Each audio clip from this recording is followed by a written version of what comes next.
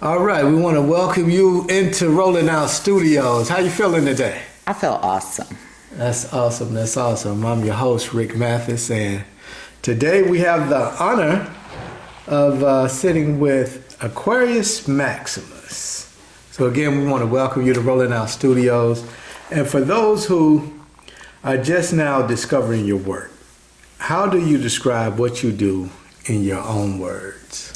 Well, I am a celebrity astrologer / cardologer. I'm well known for my work in cardology. That's more what I'm known for. I'm also a technologist and a founder. I'm the founder of a cryptocurrency named Guapcoin, and I have founded several AI platforms as well.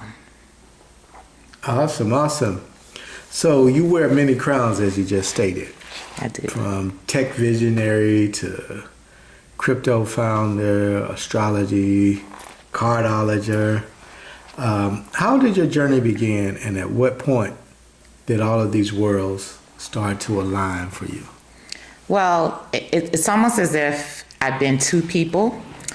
One side, the daytime 9 to 5 tech job, tech, startups and stuff like that. And the other side, the spiritual person. I really, at one point when I first started, I didn't really have a problem intermingling. But it was when I got embroiled with a custody battle with my children's father that I decided to separate the two. And at that moment, Aquarius Maximus was born. So all of my spiritual woo-woo stuff, like I like to say, and my conservative career, Tavana Evans, was on the other side. And I was working these two sides of myself for well over a decade at that time until I brought them back together. So you separated them, and then you brought them back together. Yeah, absolutely. I just didn't know how my daytime life would receive my nighttime life. That's a good way to put it. Yeah, it's almost like, they have people that they have this career in public service in the daytime, and at night they're a stripper. Yeah. So something like that. So I didn't know how people would receive, because in the daytime, I've also worked in government. I've had security clearance. I work with generals, stuff like that, doing technology. So I just wanted to leave my other side to the side, and other side to the side. And a lot of people didn't know. They really didn't know that Tavana Evans was Aquarius Maximus. It was like Bruce Wayne, Batman. They didn't know the two, and I found that so interesting as well, that people didn't know that I was the two.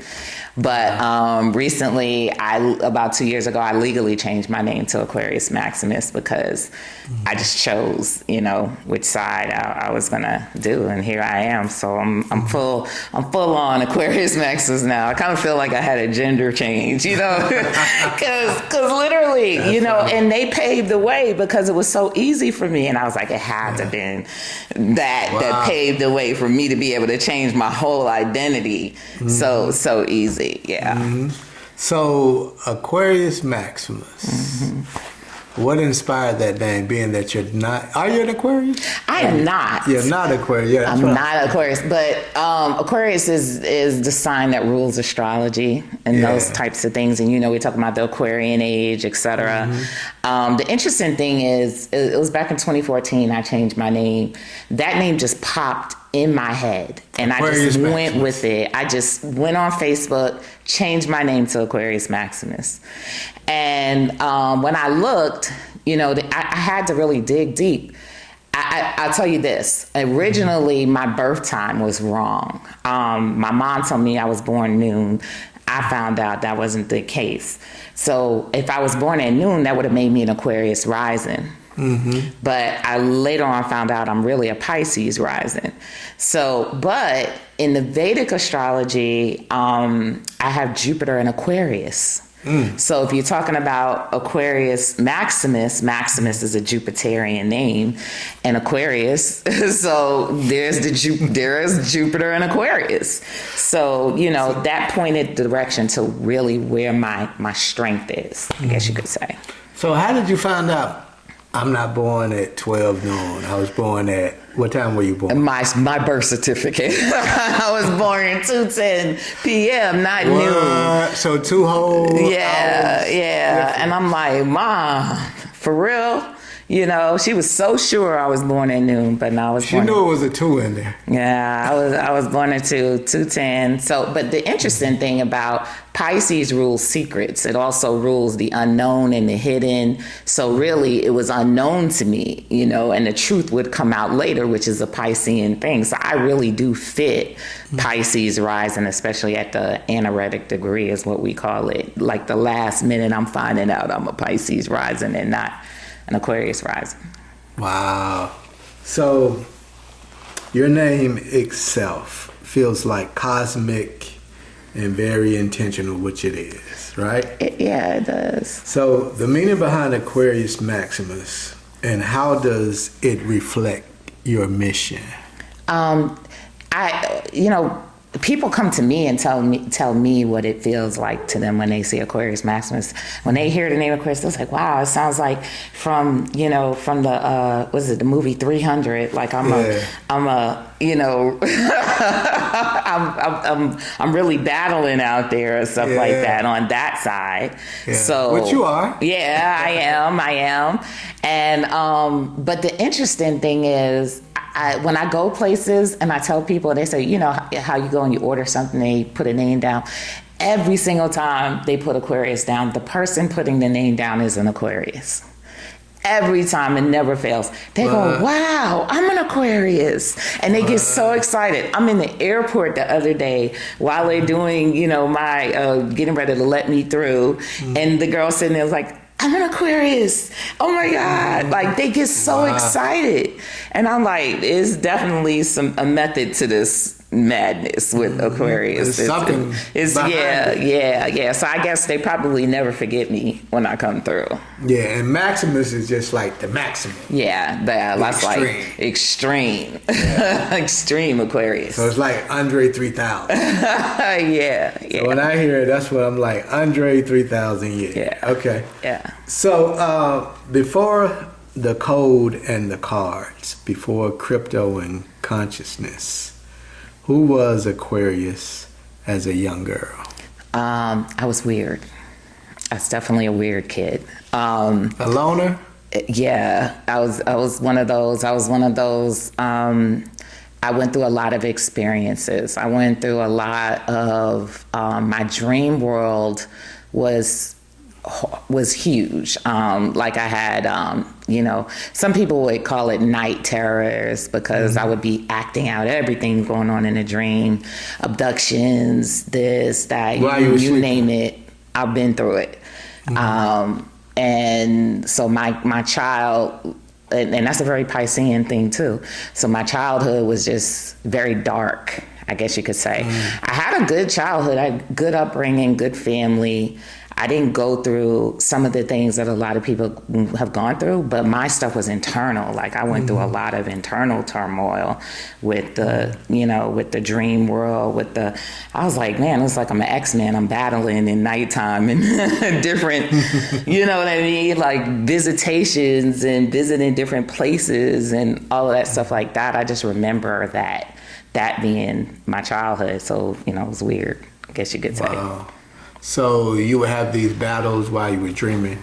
Yeah. You'd be fighting in your sleep? Yeah, I would be fighting in my sleep. Because I visit places, but they would never want me to leave. So I'm really battling to go home, So I'm like, I'm trying to get back to the other side, trying to get back to the daylight, and they'd be like, no, you're sitting here with me. That's how it was, yeah. So would you say like the dreams were the early influences or experiences Yeah, they opened me up to deeper spirituality at a young age. Yeah. So from there, I definitely read a lot of books, occult books. I was into a lot of things. I was into, for some period, I was also a Nawapian. Okay. Yeah. So, you was over in Edenton. Yeah, I was in Brooklyn. Ooh. Yeah. And my kid's father, he was a long time member of the community since Ansarullah and stuff like that.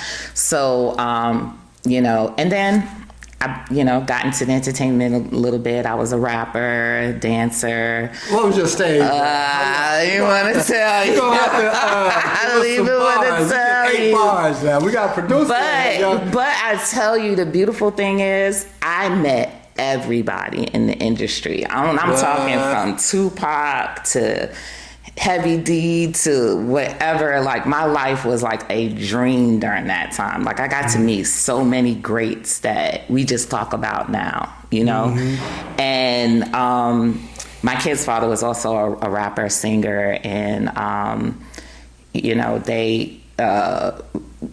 they were connected to, like, and this is his brother, Gravediggers. His brother passed away, Poetic. So we were in the hip hop culture. Like, we were a hip hop family, I guess you could say. Yeah. And I got to touch on so much, but I walked away from that because he walked away from it as well. Because I guess the spiritual calling, yet again, you know what I mean, kind of getting torn away. He went down the spiritual calling path too, and and that was a new beginning for me, And then I kind of went, I got heavier into tech. At the same time, while being a mom, having kids, raising kids, I was into tech. I was that person everybody went to for a website, business cards, designs. I was a designer, I was a graphic artist, all of that. And then I went back to the entertainment industry as developing websites and stuff like that. It's like I always seem to run back into the same people who were in the hip hop era, but they won't even remember me. Like, even now, like, I've had clients that I dealt with, I built their websites back in the day, but as Aquarius Maximus, they don't even know, they didn't even know I was the same person. What? Yeah, wow. So what was your stage name as a hip hop artist? I definitely buried them stage names for real. What? But the best project that I almost worked with was we worked with some people who were connected to Wu-Tang, and at that time they were trying to create a female Wu-Tang. So it was about 5 or 6 of us and some former big female rappers that we were going to come together and do this group. But everybody was moms. Life got in the way. Yeah, so no one could get to the studio at the same time, and they didn't get it together. So it was something that died a hard death, Imagine. But I was in New York. Yeah, Long Island, as a matter of fact. Wow. So so we got to work with producers that work with the greats, but we was moms. All of us are like moms. Damn. So it was like, it's not like now, now the millennials, they balancing motherhood and careers. It wasn't like that back then. Everything from the computer. Yeah. You can have a whole persona, whole personality. Yeah, but it wasn't like that back then. You had to put your soul into it, like literally. You physically be there. You got to be there 100% of the time, really have your energy in it, and I just didn't have it. None of us did. To give. Yeah. Wow. That's interesting. Yeah, that's interesting. What do you feel is your divine? No, I gotta go here. What early experiences or influences shape your path? We talked about that. And were there a time when you were searching for answers spiritually in technology? My whole life. My whole life. My mom raised me a certain way. My mom was like, Black Power. She was involved in the Ansar at one point, and the Zulu Nation, and so you grew up in this. As I said, like, I grew up you know, in Yeah. that energy. Yeah. And she, you know, Black Panther, all of that. So Wow. she used to constantly give me books. I get a stack of books from, you know, all the greats, the, you know, Leonard Jeffries. I mean, all of these different. So you're a bookworm. Yeah. And then I was also a young activist with, he was a big activist, rest in peace, G2UC, but I was a part of his young activist program. So we used to hit the streets and for the protests. We were there for like the Larry Davis protest at this. We would march with Al Sharpton and yada, yada, yada. Then I've been every road, but mainly the revolutionary kind of road. Wow. So at that, when you were marching in a revolutionary, you were about 13, 14? Yeah, I was about 13, 14. I was in middle school. Yeah, so you during were that just time. really coming into your own. Yeah. Wow. Yeah. And I was super, it was so exciting, and it was something I loved. I really did. I loved the culture. Mm-hmm. So now transitioning to Aquarius Maximus, what do you feel is your divine assignment in this moment of global transformation? To prepare. That's actually in Cardology. That's what I am. I'm a preparer. Okay. So I prepare you for what's coming. Would that be considered like a way maker? Yeah, it would be like, you know, I'm a builder. You know, I'm a builder and a preparer. So I'm, you know, that's why I've been known over the years for a lot of predictions and stuff like that. I'm not just throwing predictions at you. I'm like, we need to get ready, and this is how we need to prepare for those upcoming things, you know, how we need to adjust ourselves. So, you know, that's what I consider myself. But I also consider myself to be like, almost like Professor X, you know, because I see the superpowers in people. So I like to really pull that out of them, you know, through my readings or whatever. I like to show them how great they are, you know, and typically is very effective, you know, because a lot of people know they have some greatness, but they don't know what that greatness is. Or how to tap into it. Yeah, how to tap into it. And, you know, telling them these things, it usually unlocks and it does wondrous things, you know, for individuals. So, like I said, I feel like Professor X, you know, I'm getting the X-Men and women together, and I'm telling you about your superpowers, you know, so that you be prepared for this next phase. Yeah, because we're definitely in a transformation, transitional period. You know, it's stuff going on every day. Like, you know, Trump bombing Iran recently. Yeah. You know, so what, I don't want to go too much into it, but what do you see all of this going? Like, what should we be preparing for? A lot of people are now starting to say, hey, what should we be doing? Because I've been telling them this for years, and now they're like, well, Rick, the boy here, what you think we need to do? Well, the interesting thing is, I've been saying for years, we're getting ready to hit our peak as a people.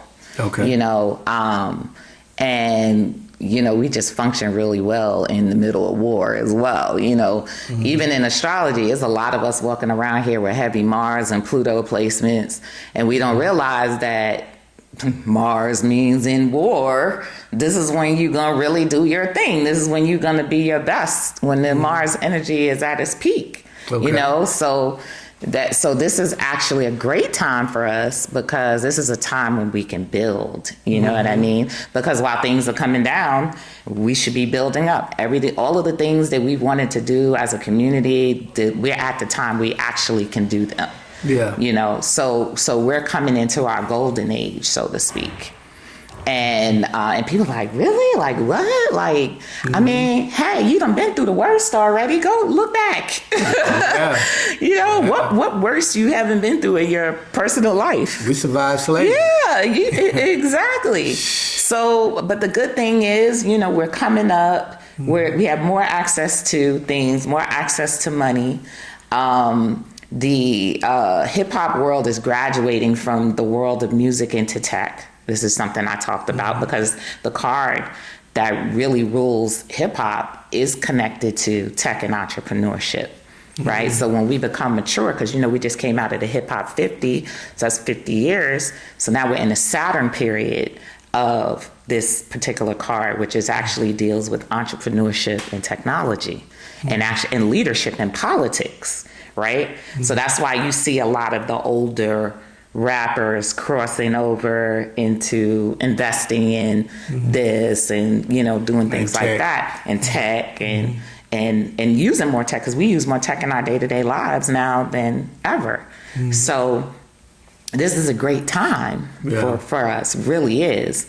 But you have to learn how to continue to move while everything around you is in a tornado, right?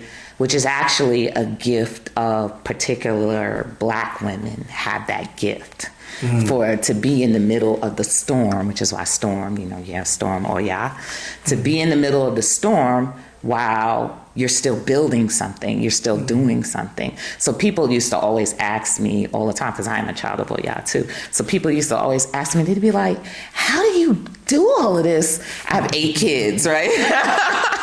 So they're like, how do you do all of this? And you got this going on, and you got this, and you got that.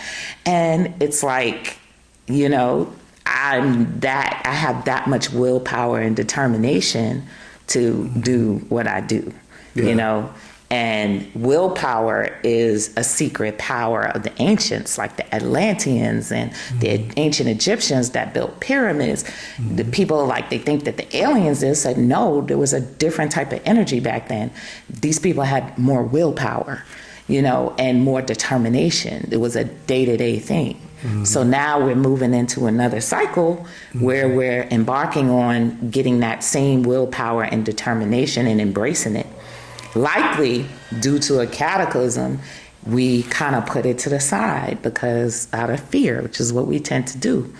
So now we're scared of everything. We're scared of 5G, we're scared of AI, we're scared of this, because we already been there and done that, saw the destruction from it, and kind of buried it in the Atlantean history. You know what I mean? So now we're approaching it again. We're being opened up again to the very same type of energy we already had in the past. Wow. So speaking of that energy, we're going to transition from a little bit from now knowing who Aquarius Maximus is and her childhood to now we're at the intersection of artificial intelligence and ancestral intelligence. Absolutely. I feel like you are one who really personifies what that is, because you do a great job at balancing the two. Yeah. So with that being said, it's a powerful contrast. And in your work, you often reference ancestral intelligence as a living system of guidance. How do you define ancestral intelligence, and how is it different from artificial intelligence? Well, artificial intelligence, even modern computing, is built on what? The binary system, which started in Africa, which started with binary. That's our thing. Even it's built into the divination systems that we have. All of our divination systems are built on base binary, base 256, which is the base character limit in a computer. In computing, that used to be, because now we've gone beyond that and hitting quantum computing, but we have 256 Odus in EVA. Wow. So, and then you have the I Ching, which is a derivative of that, which has a base hexagram system as well, which is based on binary. And binary is just as simple as open and close, right? That was the first computers. The first computing they had, they used to have switches, right? They'll close one, put one up. That was computing decades ago. Open and close. And they got it from us. So it's like me knowing binary systems and using binary systems every day, and then also using it in computing, I know where it comes from. So I'm walking with the fullest confidence that this is the evolution of the way that we communicated with the spirits, So you're talking about spiritual communication. So people ask me about AI, and I'm like, AI is another method of communication with what you cannot see. It is another communication tool. That's it. And we have all kind of communication tools. We have all types of intelligence that we deal with. But you have the ones that you're most comfortable with because you've immersed yourself. It's been passed down from your ancestors. Your grandmother was playing cards. It was doing readings and stuff like that. So you're more comfortable with that. But you also have what others have taken and brought into other systems that and built upon that as well. The very same thing that you have in the lodges and the Masonic lodges, the this, the that, they built on these systems. And here now you have what they call artificial intelligence. So I love it, but what it's missing, because they're trying to take that now and encapsulate it into a new being, right?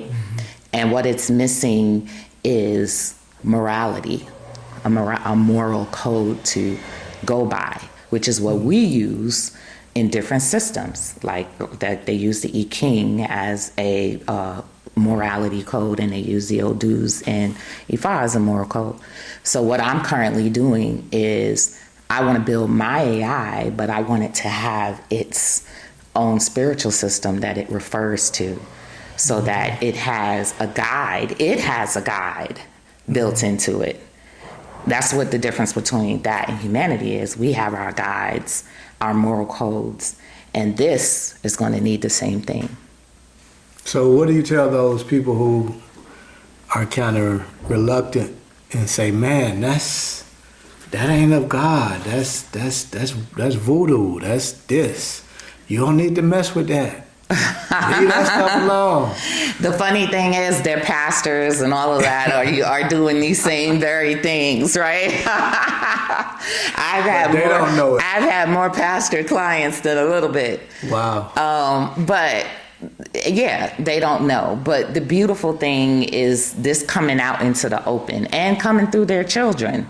You know what I mean? So their children are more open and, et cetera. So it's really not about them at this point, because you're going to see what the future is looking like through the children and what the children are receptive and open to and doing. Just call us historians, because we're tapping into our own history, our own tradition. And we're integrating that in our daily life. But it doesn't mean you can't go to church. People invite me to church all the time. I love going to church when somebody invites me to church. So it doesn't mean that you can't do this and you can't do that, because you still use mathematics. You still, in your work, you still go to school. Your children are learning mathematics, science, biology, etc. So what's the difference? Biology is oftentimes in conflict with what you're learning in religion, but you're still sending your children to school. So, we're coming to a marriage, and this is a holy war going on right now, but we're coming to a marriage of bringing more balance into our lives and not being so afraid to step outside of the box and the fold.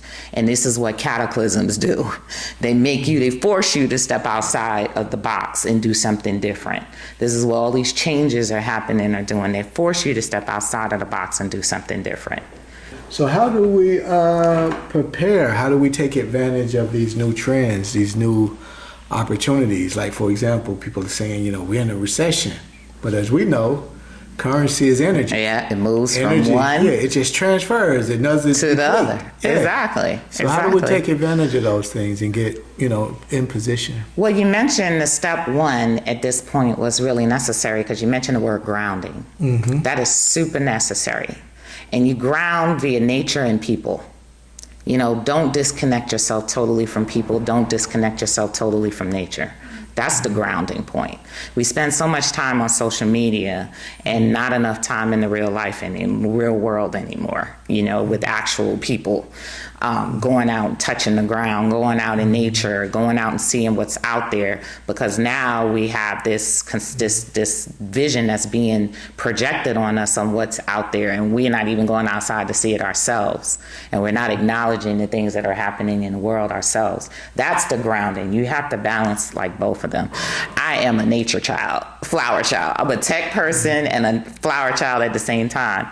And honestly, I see a lot of people in the tech industry, billionaires, they'll spend a lot of time in nature as well, you know, and out there in the real world, and they try to divorce themselves as much from technology as possible.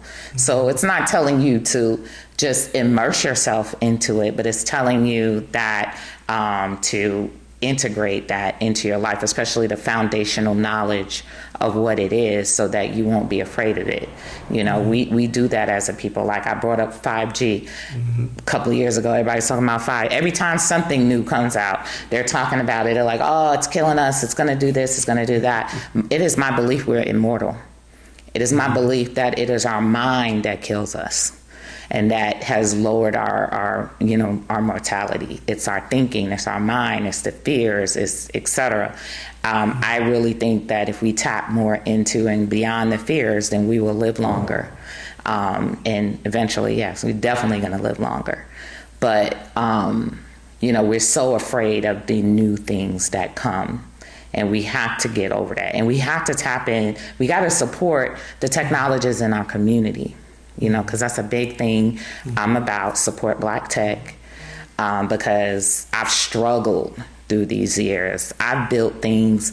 I had a friend the other day that came to me and he was like, I saw something the other day, and he was like, she built that 10 years ago. Wow. And I was like, I know. I built a community back when Facebook started. Mm-hmm. And at that time I had built up 30,000 members, right? Mm-hmm. And unfortunately, when I wound up splitting from my kid's father at the time, I shut it down. And it was going for like about 2 or 3 years. We even had internet radio. We had our own internet radio show, everything. Wow. And he tells me, where would you be now if you hadn't have shut that down? Mm. He reminded me of things like that. Mm. And so, but the lack of financial support, has been a problem in our community. We had people, I know the other day they were talking about Nas, he invested in Coinbase, et cetera, and that's great. But now you got to start pulling that money and investing it into Black tech, because we really have some geniuses in this community. I don't know no less than geniuses in the tech world. Everybody that I deal with, all of these great ideas and things that they want to implement, but they don't have the capital, because AI is very expensive. You have to pay for models, you have to pay for data centers, all of that so that you can scale. Mm-hmm. And that's why these billionaires are walking around with billions and billions of dollars. Mm-hmm. So we have to get economically tight now. We gotta pour into our ecosystem, financially, et cetera. And we have to stop looking at investing as a loss. We have to start looking at it as planting seeds in a farm and sowing that, and in the future, we're going to harvest some big things. Mm-hmm. So, would you say that's how you would take advantage of the trends that are coming? Because before cars, there was no need for a gas station. Right. So now we're going into a new evolution. Right. And there are going to be different needs that we haven't even thought of. Right. So how do we position and take advantage of these new trends, these new industries that will be created? Well, the first thing that we need to do is we need to harness our social capital. That's where our wealth is. Our wealth is in our social capital. They depend on us to make everything go viral. That is one of our powers. That's one of our superpowers, is that we have this unspoken line into everything. You know what I mean? So once we stamp our approval on it, it becomes an acceptable thing in the world and a cherished thing or whatever, right? And we have to start looking at these things and seeing how powerful that is, and understand that this is our social capital. This is where our wealth is. We need to pull back on that and pull the wealth out of there and put it back into ourselves and invest into ourselves, because we can make anything go viral, even our own stuff. And when those things go viral, then they now have access to capital so that they could grow, and really harnessing that social capital and turning it into resources is what blockchain is about. Literally, because we're turning something from nothing. Building Guap Coin, I saw Guap Coin go from zero, no value, to being valued a penny, then 2 pennies, then worth 5 pennies. So it gained value, so we now can take that value and we can invest it into the community and distribute it into the community and grow those resources that way. So social capital, how do you define social capital? Because oftentimes people don't really realize their energy is giving life to something by them just merely giving attention. Exactly. We live in the data age. Data is a currency. Yeah. I remember one of the important conferences I attended, and there were some other data scientists that were there, and they were talking about the big hole of data that's missing belongs to Black people. Mm-hmm. You know what I mean? So it's like once we step up and claim that big hole, that's money. That's money we was throwing away that we were not looking at as value. So we're taking this data, all of this data that we're making, and we're creating, they're building more data systems to process that data. They need it. They need to know everything. AI needs to know everything. And AI does not know everything, right? We're creators. We're putting out things that haven't even been maybe talked about on Earth for thousands of years. We're bringing it to life. So that's even more data. So we're creating that. But we have to realize that there's a fair exchange in currency in doing that. And we know because, now we're battling and we're kind of like a little bit upset about it because, people are talking about music and AI and their music is being used in training, et cetera. But we're not taking the opportunity to create the vehicles of ownership that we could have and utilize those as value in our community and taking back all that wealth that we're just giving away because they're going to get it anyway, right? So if they're going to get it, then let's harness it. Let's make it immutable. Let's tie it to our community and let's leverage it. So would it be safe to say that social currency is basically just your attention?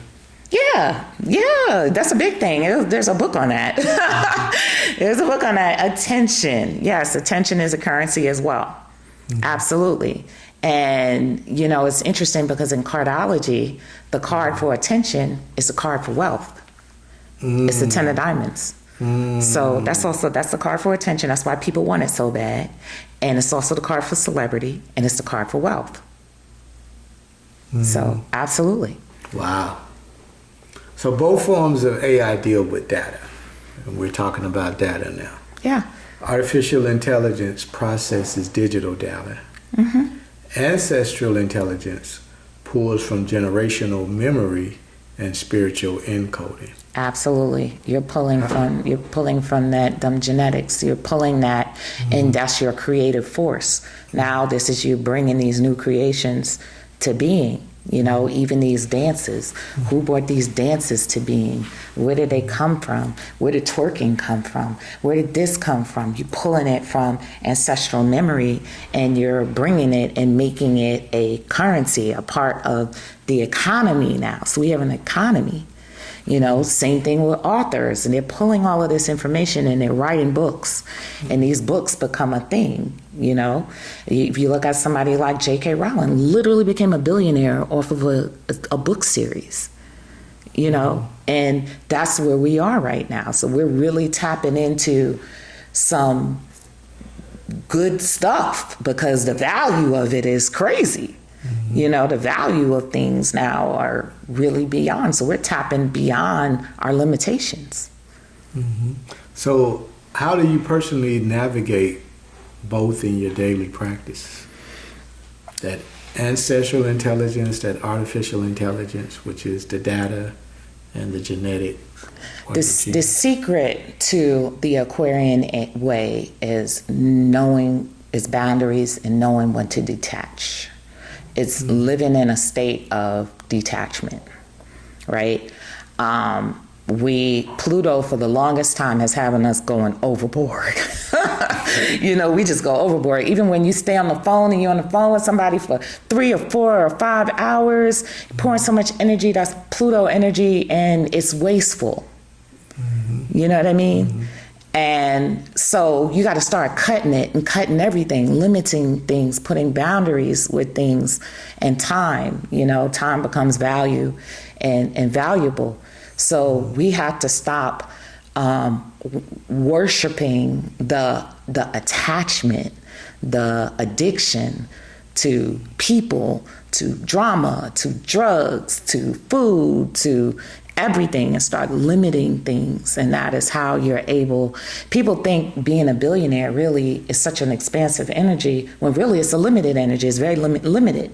It's limited in terms of what they could do, who they could talk to, or whatever. They're limiting their energy. They're not expanding their energy anymore. Mm-hmm. So it's more like an implosion versus an explosion. So you start to see when you see billionaire energy, now you're not wearing designer clothes anymore. You're not buying designer things anymore.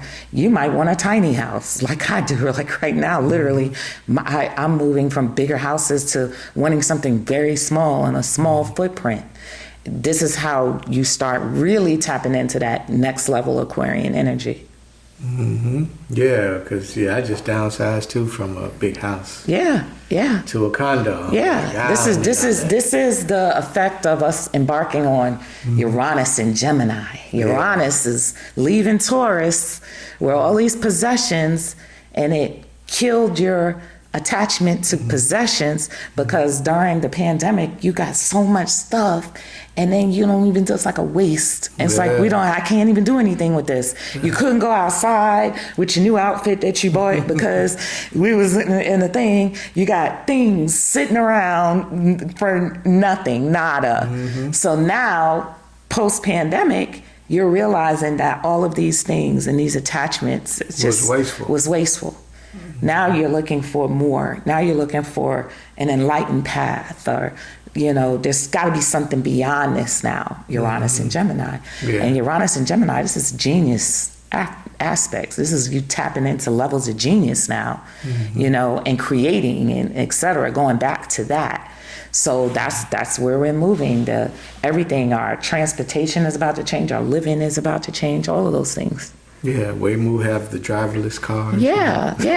You're going to want to be more mobile, detached. You're going to want to be, you know what I mean? You're not going to want to have so many attachments. Yeah, wow.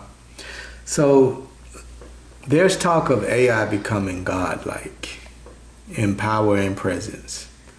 As someone who's deeply tapped into spiritual systems, how do you believe our ancestors, or what do you believe our ancestors would say about this technological turning point? Unfortunately, people who have a low value and a low self-worth turn things into godlike things. I use AI every day. I don't look at AI like that. As a god, not at all. I'm the boss. Mm-hmm. I even talk to my agents and my AIs. I'm like, are you stupid? What did you do this for? You know what I mean? So they really don't know. It's not as advanced as they think it is. You are advanced. If you're able to tap into that the advancement and the power that you can tap into, like I tapped into cardology. AI didn't know cardology. You know what I mean? I trained my AIs on cardology. Mm-hmm. They didn't know what that was. And there's other things that it didn't know what it was. Mm-hmm. You know what I mean? Mm-hmm. And AI right now is very linear. While you can be circular in your thought, you can go backwards, forwards, and around, AI forgets what was there.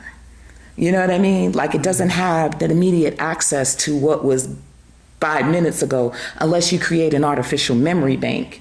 And you create a memory bank, it still has to refer to the memory bank to go back to what was back there. Mm-hmm. So it's very linear, so that's not considered to be super intelligent, for something that is very linear. Super intelligent is going to be something that is very multi-threaded, at the same time. You're talking about multitasking heaven. You know, you're talking about that mom, she got the baby out here, she's she's remembering, she's on the phone with so-and-so. That's intelligence. That's super intelligence. Yeah. And see, that intelligence or AI is trying to duplicate Human. who we are. Exactly. But that's the artificial version of who we are. For the longest time, the biggest notion was, does art imitate life, or does life imitate art? Mm-hmm. I think it's both. It is both, but heavily in this day, life imitates art. Yeah.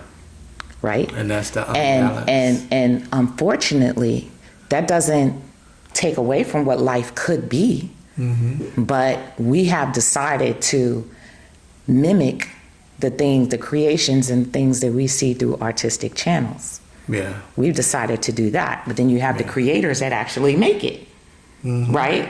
So you got those. And who has the greater power? Obviously, the creators who actually make it, the things for you to imitate. Mm-hmm. Yeah. Wow, that's great. So you've mastered the art of integrating both worlds.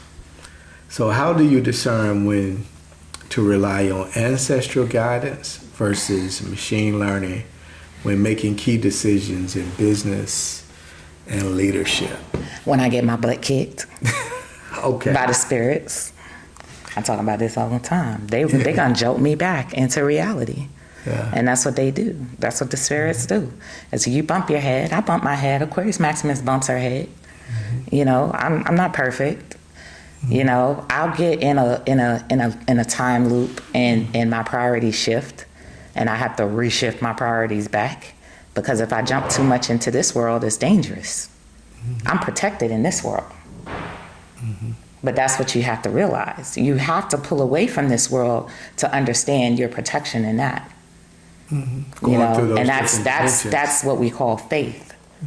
You know, so that's when you pull back in thinking that if I do this, if I work harder, if I work more hours, if I get more money, I can be able to achieve all these things. But then you pull back and you do nothing. There's people out here who do nothing and make money just falling out the sky. You know, so you have to pull back so that you can realize the true source of the manifestation powers that you have and reset yourself. Yeah, it's not to say you ain't gonna do any work, but you're probably doing too much work. Yeah, and the people that make the most money do the least amount of work. Right, exactly. You know, I've made tons of money doing the least amount of work. Yeah. Or doing very little work, I should say. Right. And that's when you're really tapping into that inner source. Right. And universe is providing for you. Yeah. You know. So that's what we have to do more of, and really not when it comes to AI, really be like tranquilized or consumed by AI. Yeah. Because it'll consume a lot of your time. It's a big distraction. Yeah. Yeah. What you know, social media has already took a chunk, you know, of our lives. So I always tell people, even tell my clients, my students, etc., during the time of crisis is the best time for you to pull back. When it's a crisis, that's the best time for you to go sit down somewhere and just sit. During a crisis, see what happens. Yeah. See that crisis fizzle away. You know, instead of going deeper into it, like jumping into the quicksand, going even deeper and sinking with the crisis. And being emotional and having an emotional charge. Yeah. Manifest and create other things. Yeah, because you start creating other things. We have a creation overload at times. And that's what I call the Three of Clubs. The Three of Clubs card, that is the master creator, right? But it's the artist card, right? Huh? Is that the artist card? The artist is the Three of Spades. This is the writer, creator, author, right? They do it all. But the thing is, their mind is like constantly on create mode, create. But creations are children. So you can create something and it's like a child and it gets neglected, and then the spirit starts bugging you, creating anxiety in your life. So now you have something that is being neglected that you created, and it has a real energy, and it's pulling at you, it's creating more anxiety. You got 10 creations pulling at you. Say, I want to be a real child like Pinocchio. You know what I mean? He created Pinocchio. Pinocchio was bothering him and everything. I said, I want to be real. I want you to finish me. You only gave me part life. I want all life. So all creations want manifestations into this life. That's what they are. They're just energies coming in, and they want to be real in this life. They want to be a part of this, right? They want recognition. They want everything. So you start to create them, and then they sit there and they're like, you didn't finish me. You know, finish me. And you get over here, finish me. And it's pulling on you, it's pulling on your energy, and it's causing a lot of sickness in you now, you know, and because of the guilt and the this and the that. So you have to be careful with your creations, which is why they have things like meditation and stuff like that. So your meditation is to shut off your creation, your creative moment, to shut it off, turn it off, you know, reset. What does nothing feel like? Where I don't have to create anything, I could just be. So you have to get balanced with those things. And then sometimes what people did was went down the area of drugs to shut off all of that, but drugs just exasperated it even more. They just let the floodgates out. Now you super hyper overdrive on creation. But things like meditation and boundaries and detachment, that's what you need as that antidote to all of that. So anxiety, is that an overload of creation? That's all that is. Yeah, and if it's not your creations, it's other people's creations. You're inundated with other people's creations, and your creations is creation overload. Yeah, that's interesting, because I find myself at night having to just kind of play some type of digital game or something to slow my thoughts down. Yeah. Because they constantly creating. And we're in that age. We're in the age of creators. Yeah. That's why we're having less kids and we're doing more creating, which is still children. There's still child energy, because that's where it comes from, your inner child. So it's still child energy just wreaking havoc in your life. Wow. I like that. That's a good way to look at it. So let's talk about ethical design. We kind of touched on it a little bit, but do you think developers, and especially like Black technologists, should consult with elders, intuitive practitioners like yourself? That's why I find it so dope that you're like in both of those worlds. I think it's funny because I think Black people bring more ethics to the space, period. We've always been convinced that, or people like to convince that we're liberal when we're really conservative. We're very conservative. That's where the fear comes from, and this and that. It's like, but what if? The what ifs, you know, and the constant state of dissecting information and refining it, and the perfectionism and all that stuff like that is something that we have very, very big, which is why we do less of those things. Like we're putting out less of it because we're like the perfecters and the refiners of things, you know? And we need to recognize the fact that we have law, and how we have cosmic law encoded into us. And we need to utilize that. We need to build that more, because that is going to become a part of what AI, and where AI gets its ethics from and its morals from, et cetera. It's going to get it from us, you know? So we have to acknowledge the law and enact the law in our community, and become the enactors and the ones that uphold it, and the ones that distribute the consequences of the laws that are broken, and karma, you know? So we have to own every part of that to be able to have a community, you know, because you can't have a community without that, because then there's no trust. And that's the huge issue within our communities, which is why I love blockchain, I love DAOs, I love these tools that help us to be able to codify these things and create trust. Instead of just keeping these things locked within ours, then we're debating over what's right and what's wrong because it's not codified anywhere. And we haven't all come together to vote on things and et cetera in a democratic fashion.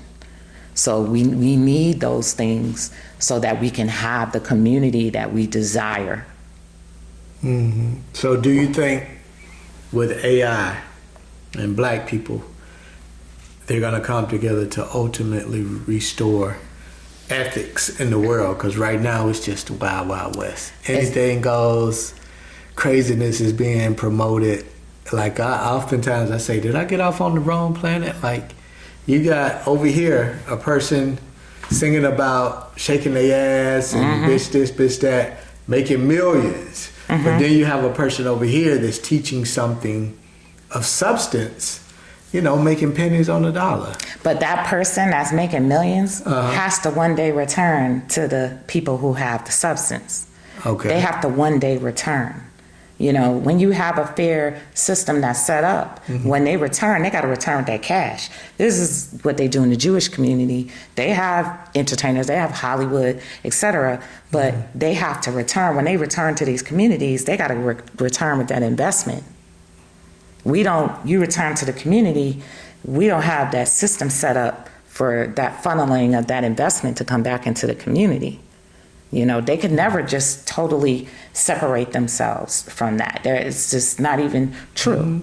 You know, and what they do is they'll continually lose the thing that they get, that money, then they lose that wealth, and then they gotta chase it back and chase it back. So it's a constant, you know, just what these celebrities do is a constant dog-eat-dog world in the world of celebrities. You know, they're rich one day and poor the next, which is what folks don't see. But when this all comes together, they can keep that wealth because they do what they're supposed to do by the laws of karma and money in order to maintain it. Wow. So you said before the future is indigenous. And how does ancestral intelligence offer a blueprint on how to build, govern, and even code in this new age? Well, the interesting thing is the next level of technology is going to be biotechnology. Because the first thing we're going to be wanting to do with all of this is to heal our illnesses, make them go away. And biotechnology is what flows through the veins of plants and nature on this planet. We're going to be tapping, we mimic everything in nature technology in order to create our cures and et cetera, even in allopathic medicine. Oh, that's what allopathic medicine is. It sees a process that happens in nature and then it duplicates it using medicine. But in the future, we're going to be able to talk directly to the nature, plants, etc., and get those processes so that we can heal and we can gain greater abilities. What about the ability to be able to synthesize light better, like we had in the past, but be able to synthesize light so that we can have a more healthy body or a more autonomous body? Our body is functioning. So we don't on need its to own. go through the kale or the leafy green stuff. Exactly. So how about tapping into the technology and recognizing the technology that exists there that they obviously have, which we will be able to do. We'll be able to speak their language. Wow. Wow. So in this new spiritual tech age, there's a hunger for identity and purpose. How can the next generation of builders, coders, and creators root their innovation in both ancestral remembrance and technological excellence? I would say, and I hate to have to say this now, we need our young people to get back into studying our origins and history, unfortunately. Seems like they're doing TikTok history now. You know what I mean? And we didn't have TikTok history. We had books, we had people that we went to, etc. Card catalogs. Exactly. Dewey Decimal Systems. We had to really research, and the research created the hunger and the value for the information, which we don't have right now.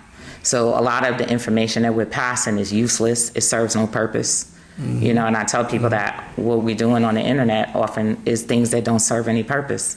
Because, you know, we just had this whole big battle about Harriet Tubman, you know, and I'm like, what purpose does it have to strike Harriet Tubman down and remove her power and say that she had no good effect? What purpose does that have?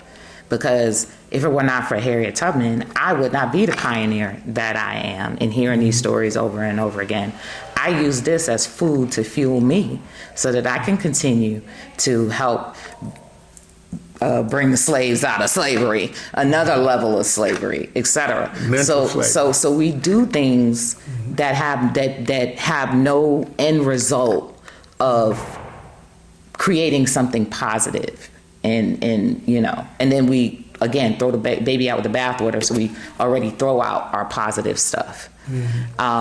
So we have to start being more conscious in a way of how we are transporting data and how we are transporting information and how we are quote unquote researching data, etc. Because there's a thing called synthetic data, right?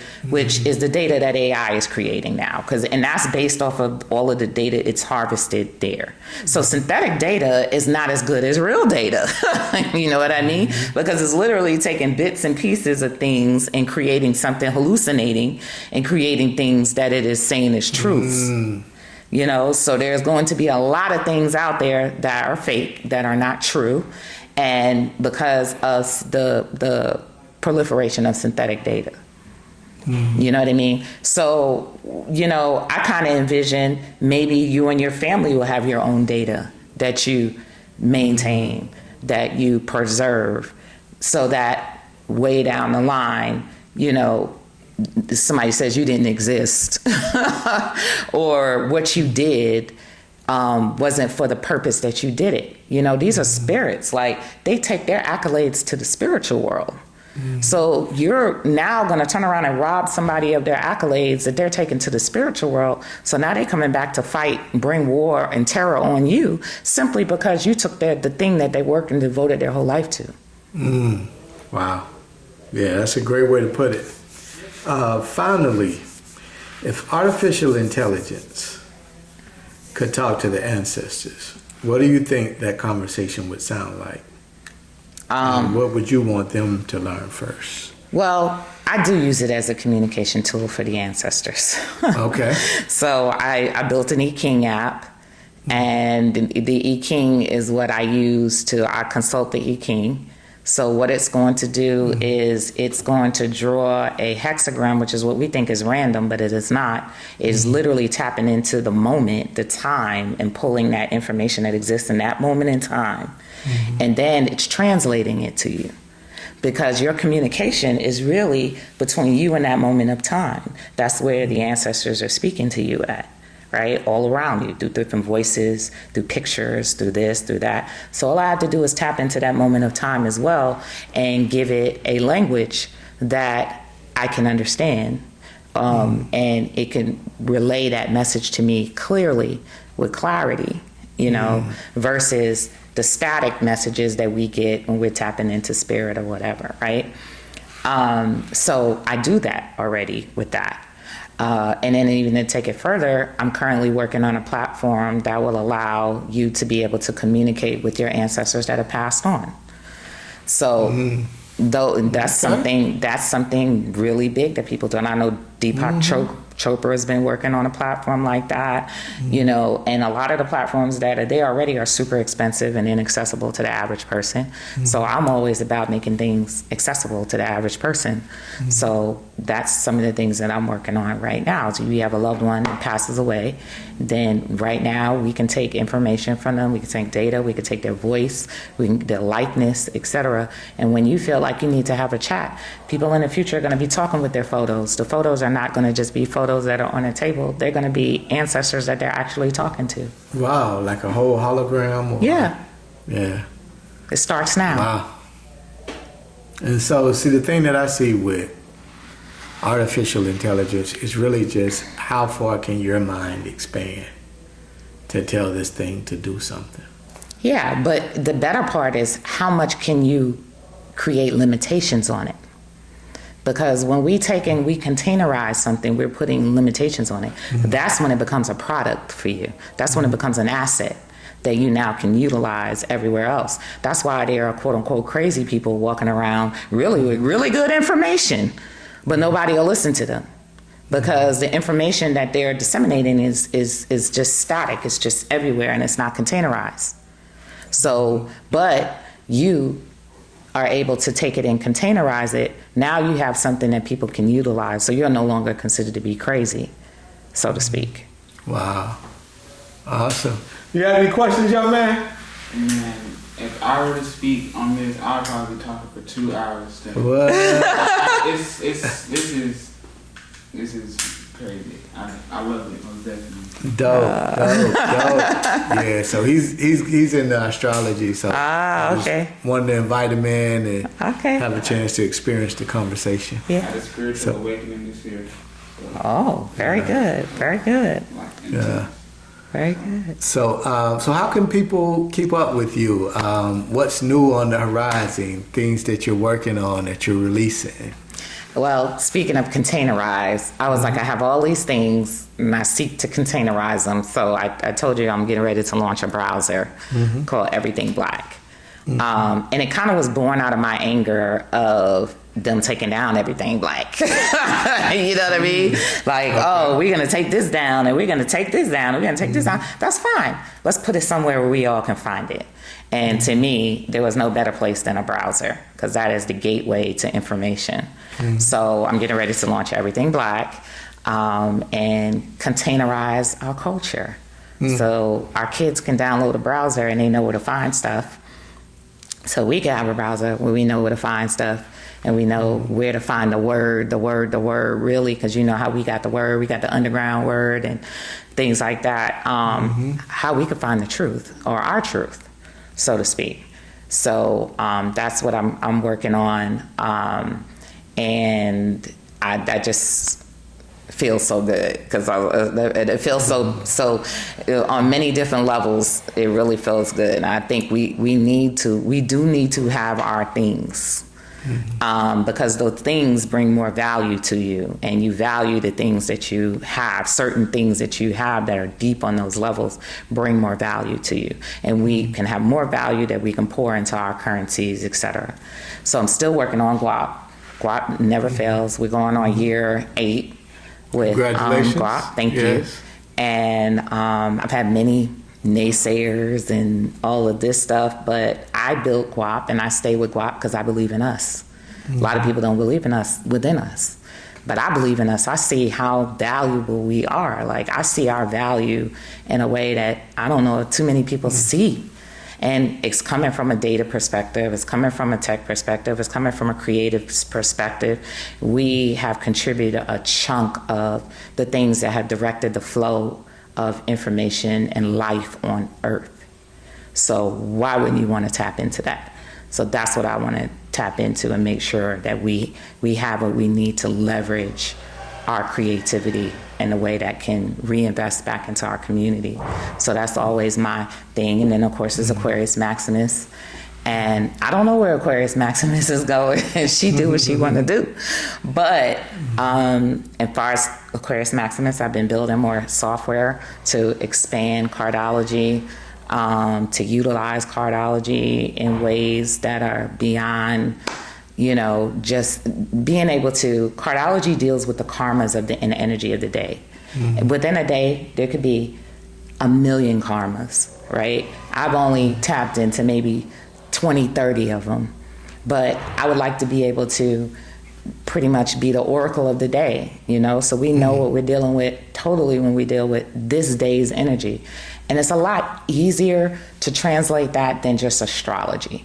We don't do visual astrology anymore like the ancients used to do. Just go up to the sky, do sky calculations in time. We use software, this, that, and that's not really convenient for the day-to-day person. Cardology is convenient for the day-to-day person. All you need to know is a couple of things every day, and you could actually leverage that information to you know, what you're going to do for the day or what's going to come out of the day, or even do predictions, etc. So me making that tool easier for us to consume, that's my passion. So maybe just having a cardiology AI that you can talk to. Yes, which I do work. I do have that. I do have that. So dope. yeah, but training it is the thing. Training it, taking the time just to be able to train it. Everything takes time. Yeah. Using and training. Yeah. Wow. Well, this has been great. Anything that I didn't ask you that you want to add? Because we had a chance to kind of pull back the layers on a lot of things. That's everything. But yeah, I definitely, thank you for your time. And again, I'm Ric Mathis. And thanks for coming out to Rolling Out Studios. Thank you. Definitely.